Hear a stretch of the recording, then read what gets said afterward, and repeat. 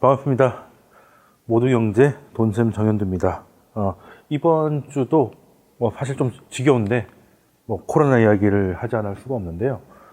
다른 얘기를 좀 하고 싶어도 코로나가 아직 해결이 안 됐으니까 얘기를 좀 해야 되는데, 재밌어지는 게 코로나가 해결은 안 됐지만 증시는 좀 이게 다른 모습을 좀 많이 보이는 것도 사실인 것 같아요. 지금 반등도 만만치가 않은데 물론 떨어지는 속도가 엄청났기 때문에 돌아오는 것도 이 정도는 해야 되지 않을까, 그런 생각을 충분히 할 수 있을 것 같은데, 일단 성적표를 잠깐 보면요, 연초 대비로 봤을 때 이제 YTD라는 게 이제 1월 1일부터 연초 대비라는 건데, 캡처한 이후로는 나스닥이나 코스닥 같은 경우는 이제 심지어 플러스 전환을 했고, 지금 전반적으로는 좀 꽤 많이 이제 아래 꼬리들이 많이 달렸다는 거는 이제 회복이 좀 자산군별로 시장별로 좀 차이는 좀 있습니다만, 회복은 좀 꽤 많이 한 편이다 라고 볼 수 있을 텐데요.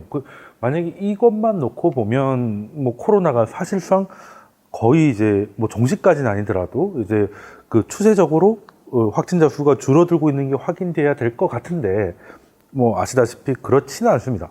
한국, 독일이나 중국 같은 경우도 지금 이제 거의 제압이 되지 않았을까라는 생각을 하다가 좀 이제 완화가 되니, 우리나라만 하더라도 당장 춘천지니 뭐니 하면서 이제 다시 한번 얘기가 나오기도 시작하고, 중국도 지금 다시 한번 우한에서도 다시 발견이 되고 봉쇄가 풀리니까 이 정도의 확산 정도는 있을 수 있다라고 생각을 했지만, 그게 참 말처럼 쉬운 게 아니구나라는 걸 느낄 수가 있고, 그나마 성적이 좋았던 한국, 중국, 독일 정도가 그렇고, 사실 유럽이나 미국 같은 경우도 증가 속도가 좀 죽었다는 거지, 지금 확진자는 계속 늘어나고 있거든요. 늘어나고 있고, 그리고 지금 가장 우려스러운 건 이제 중남미라던가 이런 쪽에는 지금 집계도 잘 안 될 뿐더러 집계되는 것만 해도 만만치 않은 상태입니다. 그래도 이렇게 돌아와도 되는 걸까?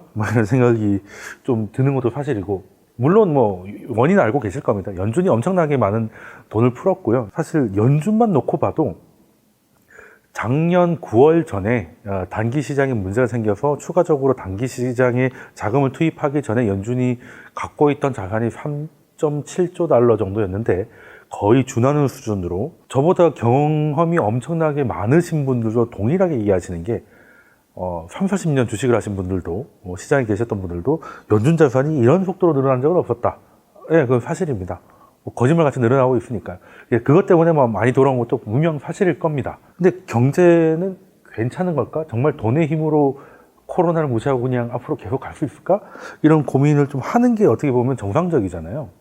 하나 또 얘기가 나와서 말인데, 코스닥이 지금 보시면 코스피보다 회복 속도가 굉장히 좀 빠릅니다. 빠른데, 보통 이제 코스닥은 아무래도 코스피보다는 이제 작은 시장이다 보니까 유동성에 영향을 많이 받는 것도 사실이었고요.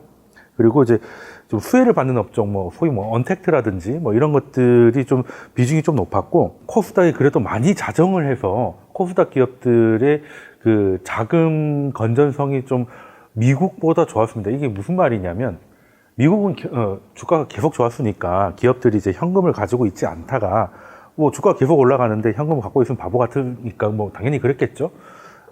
그래서 투자를 많이 했다가 문제가 발생하니까 지금 현금 결제를 위해서 많은 자산을 그냥 묻지마 투매를 했었다면, 코스닥은 상대적으로 좀 덜했다는 거죠. 그래서 이번에 좀 개인적으로도 좀 신기했던 게, 코스피는 사실 이제 우리나라 팬더멘털의 영향을 더 많이 받죠. 대형주가 많다 보니까. 근데 코스닥은 이제 한 두세 가지의 영향을 받아서, 그리고 물론 나스닥하고 코스닥을 1대1로 비교하긴 그렇습니다만, 어찌됐든 이제 코스닥이 좀 지난 2년 동안 그 무역 분쟁 때 그렇게 급락하던 때하고 좀 다른 모습이라서 한번 말씀을 드린 건데, 자, 그럼 다시 경제 얘기로 돌아와서요. 지금 미국이 이제 셧다운을 했다가 이제는 셧다운을 제대로 시행하고 있는 주는 한 7개 주밖에 남지 않았고, 한 23개 주 정도는 이제 사실상 완화 조치에 들어가고 있는데요. 이게 예전에 트럼프 대통령이 이제 완화 조치에 대해서 3단계의 이제 가이드라인을 설정을 했는데, 그걸 만족하고 이걸 완화를 한 주는 한 주도 없어요. 사실 좀 마음이 급하다는 건데요. 그래서 지금 앤서니 파우치 같은 경우는 굉장히 지금 섣부른 행동을 하고 있다라고 해서 트럼프 대통령하고 설전도 벌이고 있는데, 자, 그럼 일단 성적표를 한번 보겠습니다. 성적표를 한번 보죠. 특히 미국이나 유럽 같은 선진국은 이제 내수 중심이고 이제 서비스 중심이 많다 보니까 실직이 많을 텐데요. 그래프를 한번 보시면 이게 이제 사라진 일자리입니다. 이 마이너스니까 이만큼 많이 사라진 거죠. 이게 지금까지 1940년부터 한 70년간의 데이터가 거의 의미가 없을 정도로 여기 확대를 하셔야 될 것 같은데 요때 잠깐 이게 금융위기입니다. 금융위기 때 이 정도였고 지금은 이제 어마어마하다는 건데요. 그런데도 시장은 여기 나스닥 같은 경우, 코스닥 같은 경우 지금 이제 플러스 전환이 돼 있는 거죠. 상식적으로 생각하면 사람들이 이렇게 실직을 많이 하는데 주가 계속 이렇게 올라가도 될까? 이런 생각도 들고, 지금까지 설명드렸지만 연준이 이런 적이 없었다. 어느 쪽에 지금 무게를 줘야 될지 사실 좀 혼란스럽습니다. 사실 좀 혼란스럽고, 그리고 회복을 할 때도 다 2차 하락을 생각을 하고 좀 고버프라 그러죠. 이제 개미 투자자들 중에서도 2차 하락을 노리고 전저점을 향해 달려갈 것으로 판단하고 이제 하락하면 수익이 날 수 있는 인버스 레버리지에다가 지금 많은 투자를 하고 있는 것도 사실인데, 그러다 보니까 또 모두가 기다리는 조정은 또 오지 않는다라는 진리를 다시 한번 또 생각하게 되는 게 아닐까. 자, 그러면 시장에서 좀 성공한 투자자들의 이제 오피니언을 좀 들어보면 도움이 되겠죠. 여러분도 잘 아시겠죠. 하워드 막스라고 아실 겁니다. 워렌 버핏도 메일 중에 하워드 막스 메일이 있으면 제일 먼저 열어본다라고 할 정도로 현명하신 투자자로 유명하신데, 지금 상황을 어떻게 한마디로 요약을 하셨더라고요. 작년에 비해서 사실 물론 나스닥은 플러스 전환이지만 미국에 나스닥만 있는 건 아니잖아요. 러셀도 있고, 러셀 2000이 이제 중소형주가 주로 있고요. 그리고 S&P 500, 다우지수 이런 걸 봤을 때 연초대 20%도 빠지지 않았습니다. 그러면 이거를 돈의 힘으로 넘어간 거 아니냐라고 해서 하워드 막스 같은 경우는 이제 하락장의 시작이다라고 좀 살벌한 얘기도 하셨는데요. 그리고 또 시장이 올라간 거에 대해서 이유도 지금 최근에 이제 채권왕으로 불리는 제퍼리 군드라우 같은 경우는 어떤 얘기를 했냐면, 주식이 오르는 거는 그럴 만한 이유도 있긴 있었다는 거죠. 왜냐하면 지금 연준을 중심으로 해서 세계 빅4 중앙은행이 돈 엄청나게 풀고 정부도 재정정책으로 엄청나게 풀고 있잖아요. 그러면 정부의 적자 재정이 늘었기 때문에 거기서 나온 적자가 일부 시장으로 들어온 거는 그럴 수 있다라는 얘기를 했는데, 여기까지 듣고 보니까 군드라우 같은 경우는 앞으로 시장이 많이 갈 것 같다는 얘기를 하신 것 같은데 꼭 그렇지도 않습니다. 지금까지는 그랬다는 거죠. 지금까지는 그랬다는 건데, 이 얘기가 나온 게 4월 달이었습니다. 4월 달이었는데 4월에 S&P 지수를 4월 것만 딱 놓고 보면 굉장한 강세장이었죠. 2,500 언저리에서 2,900까지 넘어가는 굉장한 시장을 또 보이긴 했었습니다. 자, 그러면 군드라우 같은 경우도 오를 만한 이유가 있다고 했었지만 이 정도 오르니까 소위 말해서 숏포지션을 이제 떨어지는데 베팅을 했다는 거죠. 정확히는 S&P 2863포인트에서 하락할 걸로 보고 숏포지션을 하락에 베팅을 한 건데, 그 이후로 조금 올랐다가 지금 한 이틀 정도 미국 지수가 조정을 좀 받으면서 그 이하로 조금 내려와 있습니다만 사실 대동소이합니다. 그래서 지금은 더 이상 상승하지도 않고 또 상승의 피로도를 보이면서 하락은 하지만 이 하락이라는 게 본격적인 2차 하락이라고 보기에는 그냥 이 정도 올랐으니까 얼마든지 할 수 있는 조정이다. 그 정도 사이에 있는 것도 사실이에요. 그래서 이걸 답을 어떻게 알겠습니까? 알 수는 없는데, 그러면 상승을 할 때 어떤 힘으로 왔는지를 좀 봐야 될 것 같아요. 그러면 보통 이 정도 충격이 와가지고 회복을 할 때 우리가 직관적으로 느꼈을 때 소위 언택트라든지 바이오 헬스케어라든지 이런 것들이 주도를 해서 시장을 많이 돌려놨을 것 같은데, 물론 그게 맞긴 맞아요. 그쪽이 더 시장보다는 더 강력한 건 맞습니다. 그리고 나스닥이 다른 지수보다 더 강했던 것도 사실이고 그랬는데, 섹터별로 보면은 잘 나갔던 섹터와 상대적으로 소외됐던 섹터의 차이가 크게 나지 않아요. 크게 나지 않습니다.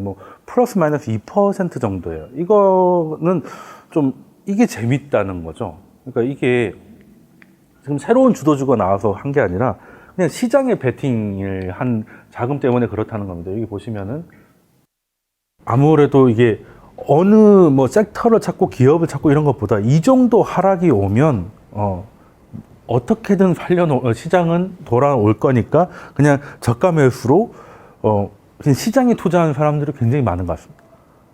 우리도 그랬죠. 뭐 뭐 주식 운동 뭐 이런 얘기 나오곤 했었는데 미국도 마찬가지였던 것 같아요. 그래서 보면 그 시장을 베팅하는 거죠.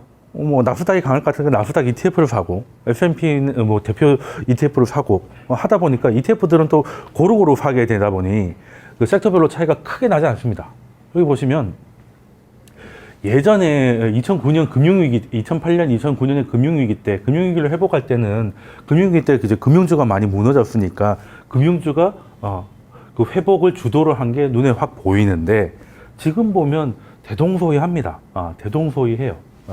이거는 쉽게 말해서 이제 시장에 그냥 투자된 자금들이 많았고 역시 데이터로 확인되는 게 ETF 자금들이 엄청나게 늘어나고 있죠. 이거는 그래서 이게 약간 학습 효과가 아닐까.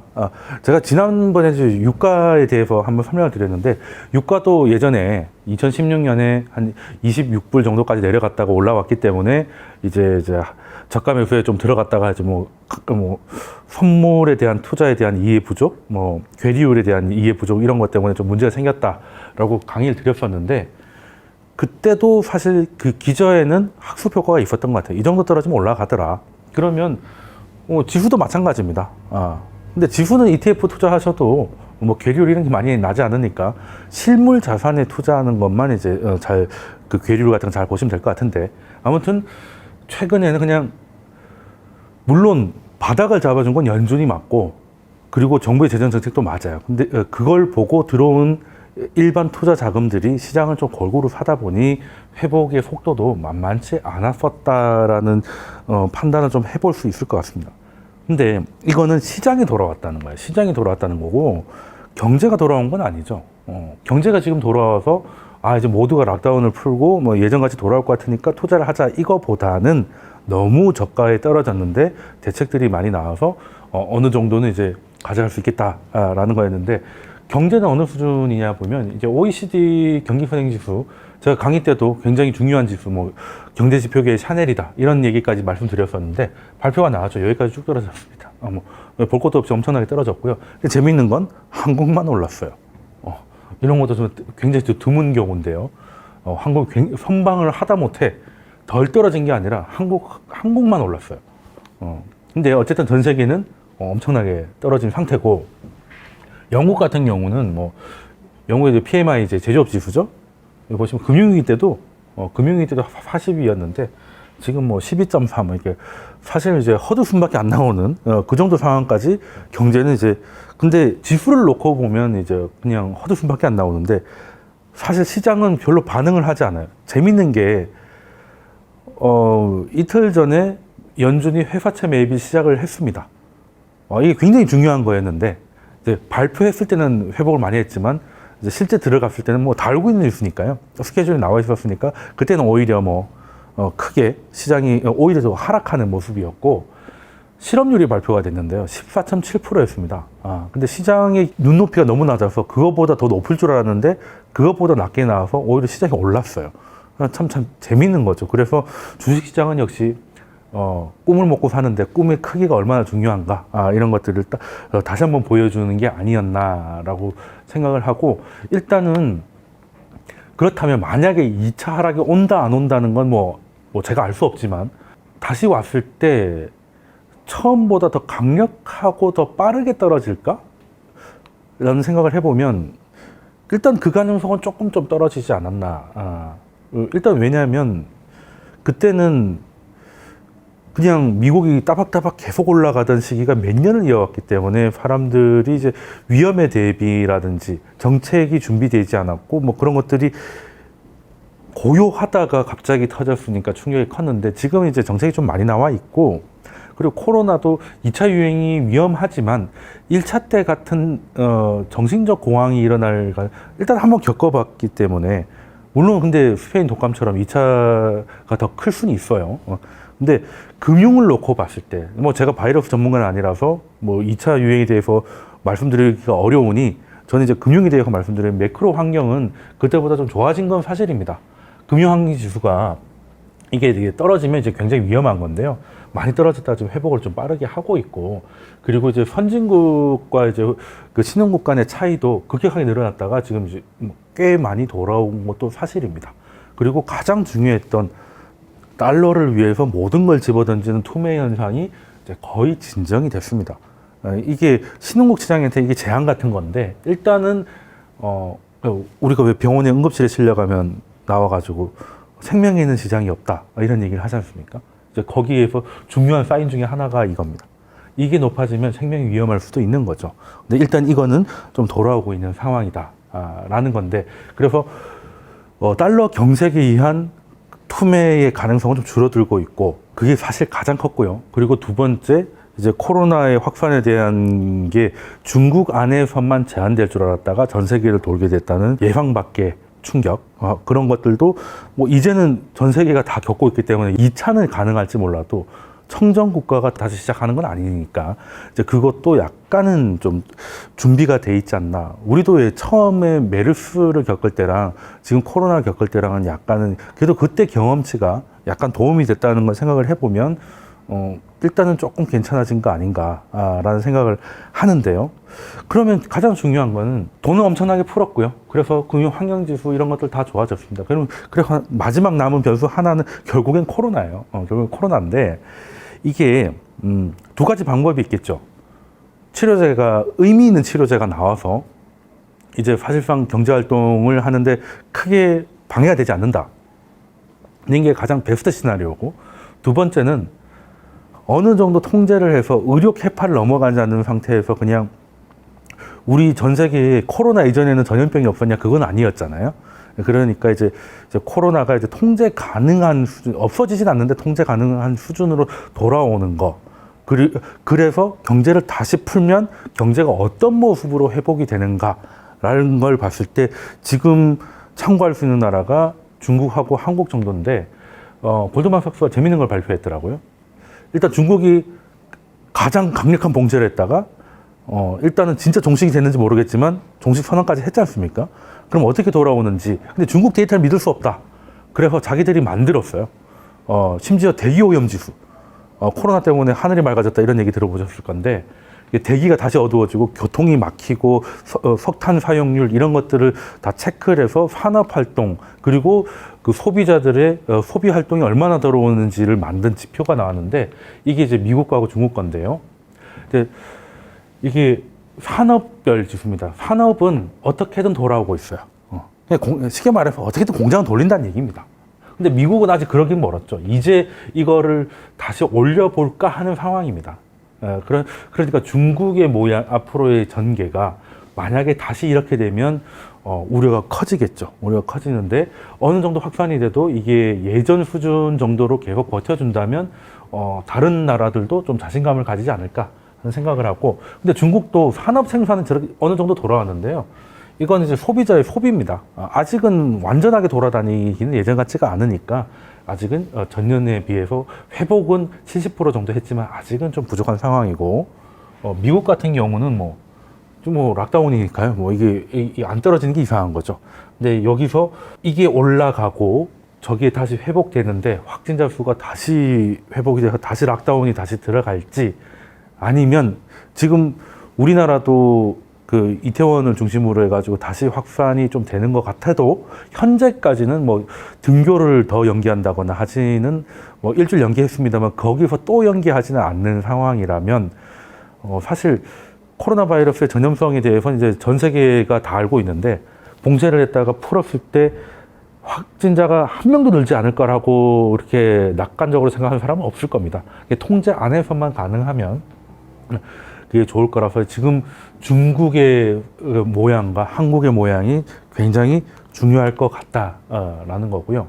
그래서 제가 지난 강의 때도 사실 더 올라가자니 아직 코로나에 균이 많고 떨어지려고 하니까 뿌려놓은 돈이 많다. 그래서 오고 가기 힘들다라는 말씀드렸는데, 사실 그 얘기가 이번 주에 또 나와야 될 것 같은데요. 일단 변수는 정책도 나올 만큼 나왔고, 그리고 코로나도 번질 만큼 번졌습니다. 자, 그러면 중요한 거는 5, 6분기 정도. 그러니까 실업률이 굉장히 중요한 게요. 글로벌 IB들이 제가 하워드 막스가 뭐 이제 하락장의 시작이다고 얘기했는데 그 반대로 골드만 사스가 메릴 린치나 뭐 이런 그 JP 모건 이런 글로벌 IB들이 지금 3월 달에 저점이 이제 증시 저점이다라고 거의 선언을 한 데는 근거가 나름 있을 거지 않습니까?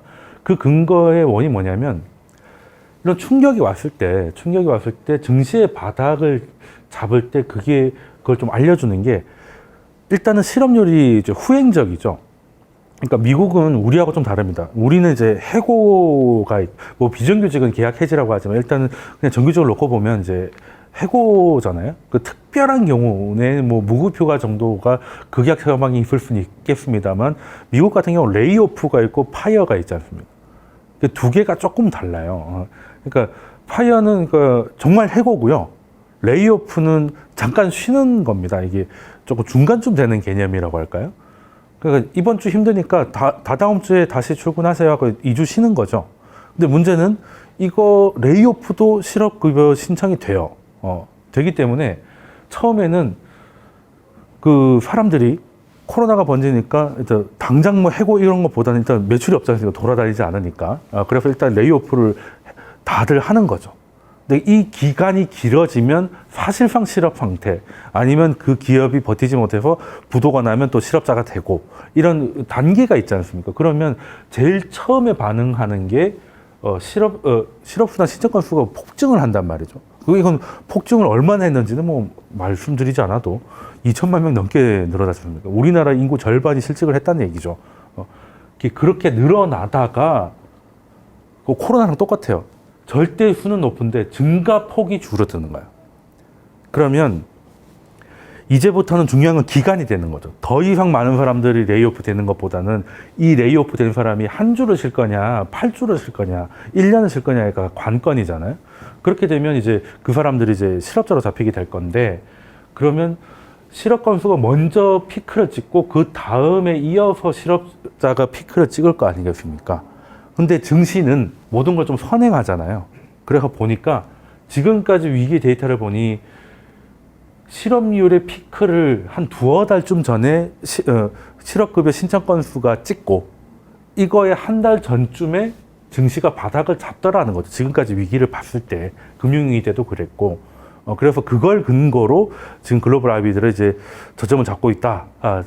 저도 그래서 그 전 저점은 약간 전 저점을 향해 가도 꽤 지지가 있을 만한 그 선이라고 생각을 합니다. 저도 여기 이런 분석에 대해서는 굉장히 동의를 하는 편이거든요. 그런 다음에 실업이 꺾인다는 말은 기업들이 다시 레이오프했던 사람들을 다시 부르고 해고했던 사람들 다시 채용한다는 뜻이잖아요. 이 말은 무슨 말이냐면 기업들의 매출이 다시 증가하고 있는 게 확인이 되니까 기업들이 다시 늘린 거잖아요. 그러니까 기업들이 하루 이틀 매출이 늘었다고 사람을 바로 늘리지 않거든요. 그럼 가장 중요한 건 실업률이 꺾이고 기업의 이익 전망치 하향세가 바닥을 찍으면 지금 눈치 보기 장세에서 더 회복이 갈 수가 있고 이게 장기화돼서 실업률이 피크는 찍었는데 내려가질 않는 상태가 길어지면 증시는 그 기간 동안 저점을 다시 확인하게 될 수도 있고 추가 상승에 대해서는 굉장히 힘들어지더라. 이런 케이스가 2차 오일 쇼크나 그리고 이제 닷컴 버블 때 있었거든요. 그 외에는 대부분 이제 실업률이 꺾이면 대부분 돌아오긴 했는데 그래서 이게 확인이 돼야 우리나라 증시에 지금 개미면 사고 있잖아요. 외국인들이 돌아와야 되는데 외국인들이 돌아오려고 하면 본진에 있는 미국 경기가 실업률이 좀 어느 정도 확인이 돼야 좀 돌아오지 않겠나라는 거고 그리고 지금 경제 지표 아까 뭐 놀라운 그래프들 요즘 그래프 다 이렇습니다. 끝에 다 이래요. 무슨 잘라놓은 것 같이. 그래서 이제 경제 지표가 사실 중요하지 않아요. 지금은. 그래서 1분기 때 다 망한 건 다 알아요. 어차피 3, 4월에 장사가 잘 될 리가 없었어요. 근데 5, 6, 7, 2분기 말 정도로 가면 그래도 떨어지는 게 둔화하는 바닥을 보여야 되지 않겠나. 심지어는 조금 바닥을 찍고 올라가는 게 확인이 되면 그때 이제 다시 증시는 다음 고점을 향해 달릴 수 있는 동력을 마련하지 않을까. 지금까지는 정책발로 왔다면, 그래서 지금까지는 위기가 땅 터졌을 때 정책에 대해서 제가 설명을 많이 드렸어요. 근데 이제부터는 이제 고용 지표에 대한 그 관심을 좀 많이 가지셔야 우리 입장에서도 미국 시장은 좀 더 갈 수 있는 에너지, 우리 입장에선 외국인들이 들어와서 지금 우리도 외국인만 들어오면 지금 뭐 80포인트 남았는데 2천 금방 찍지 않겠습니까? 이제 그런 것들을 좀 보면 좋겠다라는 거라서 그래서 결론은 기승전 코로나입니다. 기승전 코로나고 코로나가 처음에 우한에 터졌을 때는 사스에 대해서 많이 비교를 했었었는데 지금 이제 사스였으면 얼마나 좋았겠냐 이런 얘기를 하니까 지금 스페인 독감 얘기가 많이 나오잖아요. 스페인 독감이 지금 보면 이게 첫 번째 발발이고 2차 유행이 굉장히 컸습니다. 지금 이제 하락을 할 거라는 사람들의 가장 큰 근거가 사실 이거죠. 이거 이제 무시할 수 없습니다. 무시할 수 없는데, 그거는 뭐 어떻게 될지 모르죠. 모르는데, 만약에 이렇게 된다면 우리는 좀 더 고통의 시간을 조금 더 가져야 될지도 모르고, 근데 어느 정도 올라오지만 이거랑 순서가 뒤집어진다면, 그리고 3차는 거의 종식은 아니지만 일부 국가에서 제한적으로 발병한다면 우리는 예전에 코로나를 드디어 스페인 독감처럼 옛날 이야기처럼 할 수 있지 않을까 하는 거라서 지금은 가장 중요한 건 미국의 확진자 수가 추세적으로 하락을 하는가, 그러므로 인해서 경제활동 재개가 늘어나서 실업자 수가 줄어드는 것을 확인하는 것이 현재에서는 가장 중요한 지표가 되겠다는 말씀을 드리고 이번 주는 여기까지 하도록 하겠습니다. 그럼 다음 주에 또 뵙겠습니다. 감사합니다.